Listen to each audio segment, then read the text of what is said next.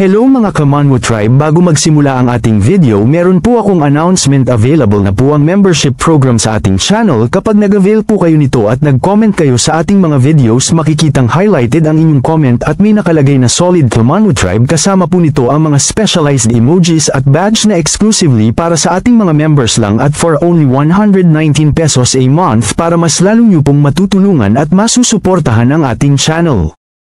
Like, comment, share and subscribe for more videos. Sa abalang tanggapan ng pagsubaybay sa kapangyarihang espiritual, isang babaeng pinuno na may matatalim na mata at ang kanyang pangkat ay mahigpit na nakatutok sa mga monitor. Ang sentro ng kanilang atensyon ay ang kaguluhan sa kabundukan, sa paanan ng Emperor City, kung saan nagtatago ang pinakaasam-asam na Divine Flower. Biglang pumailang lang ang boses ng isang tauhang babae, puno ng pagkabigla. Nakakita kami ng 20 individual na may kapangyarihang espiritual na lumampas sa 100,000. Kasunod nito, sinundan ng isang lalaki, at sa mga ito, 8 ang humigit sa 300,000. Namutla ang mukha ng pinuno ng Monitoring Bureau. Sa nanginginig na tinig, halos pabulong niyang naitanong, 8 na may higit sa 300,000 kapangyarihang espiritual. Mabilis siyang nagbigay ng utos, i-freeze ang larawan. Agad na tukuyin ang mga may 300,000 kapangyarihan ng espiritu. Ang tensyon sa loob ng silid ay kumalat, kasabay ng pagdami ng mga nakikipaglaban para sa Divine Flower. Agad na kumilos ang mga tauhan, sumusunod sa bawat utos ng kanilang pinuno. Sa mga monitor ay sunod-sunod na ipinakita ang 7 nilalang na may kapangyarihang lumampas sa 300,000 spiritual power. Kabilang sa kanila ang 2 iginagalang na City Lord, si Wang Hao at Zhao Zhao, kasama ang isang misteryosong lalaki na nasa rurok ng Transcendent Second Order. Nagpakita rin ang 2 nakakatakot na mutated beast na nasa parehong antas, ang mabangis na Savage Raging Steed at ang nakapangingilabot na Inferno Abyssal Falcon. Sa iba pang screen, lumitaw rin ang mga imahe ni na Demon Bull at Shaolin, na nagpapahiwatig ng mas malalim at nakababahalang komprontasyon sa gitna ng kagubatan. Halos hindi makapaniwala ang pinuno ng bureau sa dami ng mga nilalang na may matinding spiritual power. Ngunit may isang partikular na imahe ang lalong nagpatindig sa kanyang balahibo. Sa nanginginig na tinig, halos bulong na nanggaling sa kanyang bibig, hintay. I-zoom in ang nasa likod. Agad na lumaki sa screen ang anyo ng Demon Bull, mabilis na sumusugod patungo sa pusod ng labanan, kung saan nagniningning ang Divine Flower. Napakatikas ng kanyang anyo, ang bawat galaw ay nagpapakita ng hindi mapagkakaila nitong lakas. Ang takot ay unti-unting gumapang sa mukha ng pinuno. Iyang halimaw na Demon Bull, kanyang usual, at kasabay ng pagtaas ng tensyon sa paligid, kanyang naibulalas, maging ang Misty Mountains ay sumama na sa laban. Ang pahayag na ito ay nagpatunay na ang digmaan para sa Divine Flower ay umabot na sa bagong, mas mapanganib na antas. Sa gitna ng kanyang pagkagulat sa pagsulpot ng Demon Bull, nagtaka rin ang pinuno sa isang individual na hindi niya kailanman inasahan na magiging interesado sa Divine Flower. Sa pag-iisip, bahagya siyang napabulong pero, at habang matalim siyang nakatingin kay Shaolin sa malaking monitor, kanyang idinagdag, interesado rin pala siya sa banal na bulaklak na yun. Ang pagpasok ni Shaolin sa eksena ay nagdagdag ng panibagong palaisipan at pag-aalinlangan sa mga plano ng bawat kampo na naglalayong makuha ang mahiwagang bulaklak. Sa himpapawid, ang dambuhalang Inferno Abyssal Falcon ay nagpakawala ng matinding sigaw, isang hiyaw ng galit at kahanda ang sumugod sa sinumang humahadlang. Ang bawat pagaspas ng pakpak nito ay nagdudulot ng malakas na ihip ng hangin. Sa ibaba, si City Lord Wang Hao ay handa na, ang kanyang espada ay kumikinang sa liwanag, nagpapalabas ng matinding bugso ng kapangyarihan. Sa isang mabilis at malakas na pag-atake, agad niyang tinamaan ang Inferno Abyssal Falcon. Sa pagtama ng atake, bumulwak ang maitim na dugo mula sa katawan ng ibon, nagdulot ng malubhang pinsala. Kasabay nito, bumagsak ang Inferno Abyssal Falcon sa lupa ng napakalakas, nagdulot ng pagyanig sa kabundukan. Ang pinsala ay malala, tila tuluyan ng nag-api ang Inferno Falcon. Malapit sa nagaganap na engkwentro ni na Inferno Abyssal Falcon at City Lord Wang Hao, may isang individual na abalang-abala sa matinding pakikipaglaban sa malaking ahas na nagbabantay sa Divine Flower. Samantala, si City Lord Zhao Zhao ay matalinong sinamantala ang kaguluhan. Hinayaan niya ang nagaganap na labanan at patagang pumuslit, ang kanyang mga mata ay nakatutok sa Divine Flower, handang kunin ito para sa kanyang kasakiman at matinding ambisyon. Sa galit at panggagalaiti, sumigaw ang lalaking naiwan sa labanan, "Jiao Jiao, ikaw!" Ang kanyang ngipin ay nagkikiskisan sa inis habang nakatitig sa mabilis na tumatakbong si Jiao Jiao. Sa kabilang dako, si City Lord Jiao Jiao ay halos lumilipad sa bilis, patungo sa Divine Flower, sa pag-aakalang nasa kanya na ang tagumpay. Sa mayabang na tinig, kanyang nasambit, "Got it?" na tila ba siya na ang nagwagi sa labanang ito at ang premyo ay eksklusibo para sa kanya. Ngunit sa isang kisap mata, sa hindi inaasahang pagliko ng tadhana, ang kanyang inaasam na tagumpay ay tila naglaho. Ang kayamanan ay hindi madaling makakamtan. Ang Demon Bull ay biglang sumulpot ng napakabilis sa harapan ng City Lord, parang isang anino na lumitaw mula sa wala. Agad nitong inatake si Jiao Jiao gamit ang kanyang malaking palakol. Sa tindi ng impact, agad na napatalsik si City Lord Jiao Jiao, ang kanyang pangarap na abot kamay ay biglang lumayo. Ang kanyang pagtalsik ay nagpalayo sa kanya mula sa inaasam na kayamanan. Napapatitig na lamang si City Lord Jiao Jiao sa Demon Bull, ang kanyang mukha ay puno ng pangungutya at matinding galit. Sa pagtataka sa di inaasahang kalaban na ito, kanyang nasambit, "Misty Mountains, the Beast Bull." Sa kanyang pagkabigla at nag-aalab na inis, sumigaw si City Lord Jiao Jiao sa Demon Bull, habang nagpapalabas ng matinding aura na nagpapakita ng kanyang galit, "Hindi ko inaasahang nandito ka rin." At sinundan pa niya ito ng may pagmamayabang sa bawat salita, "Huwag mo nang isipin na umalis sa lugar na ito." Sa isang iglap, tuluyan ng pinalabas ni City Lord Jiao Jiao ang kanyang tunay na kakayahan.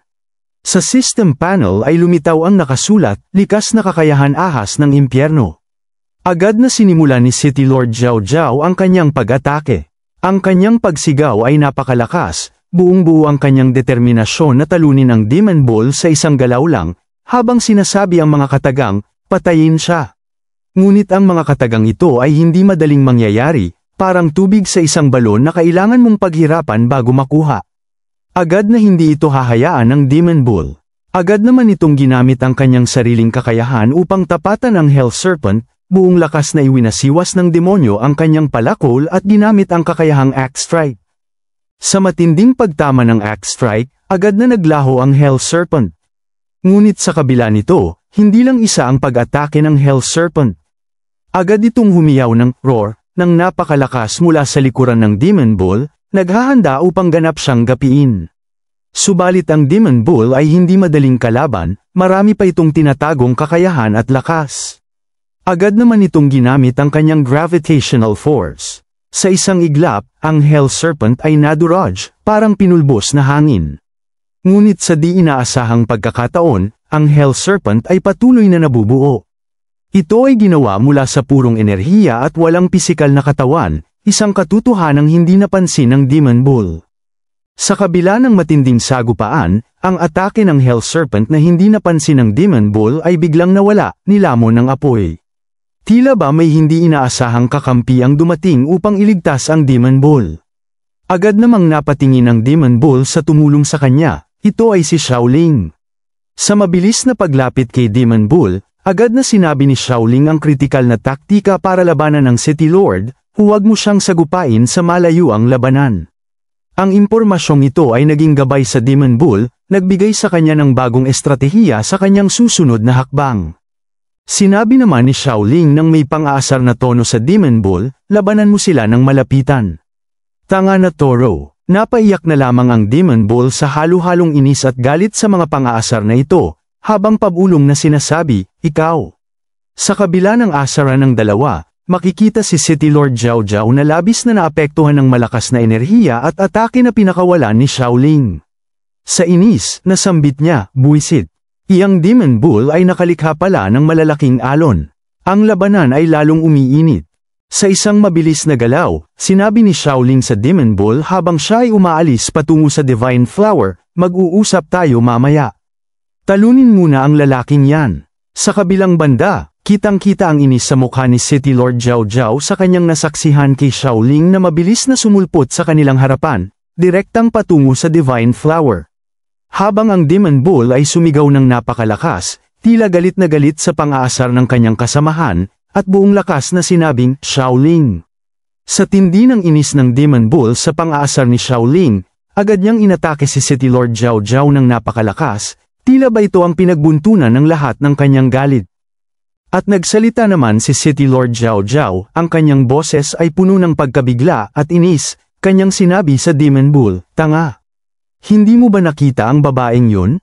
Sa kabilang banda, ang Demon Bull ay tuluyan ng napuno ng matinding galit at inis.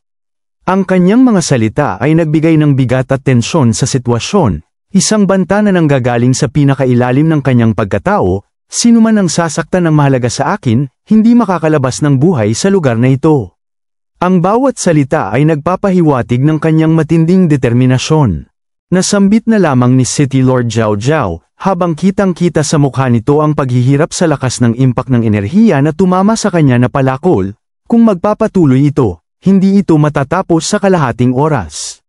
Nakakatindi ng galit ang makatagpo ng mga halimaw na tulad nito. Kasabay ng paghihirap ng City Lord sa pagsangga, hindi pa rito natatapos ang atake ng Demon Bull. Agad niya pa itong sinundan ng isa pang mapaminsalang galaw, Heavy Blade Domain.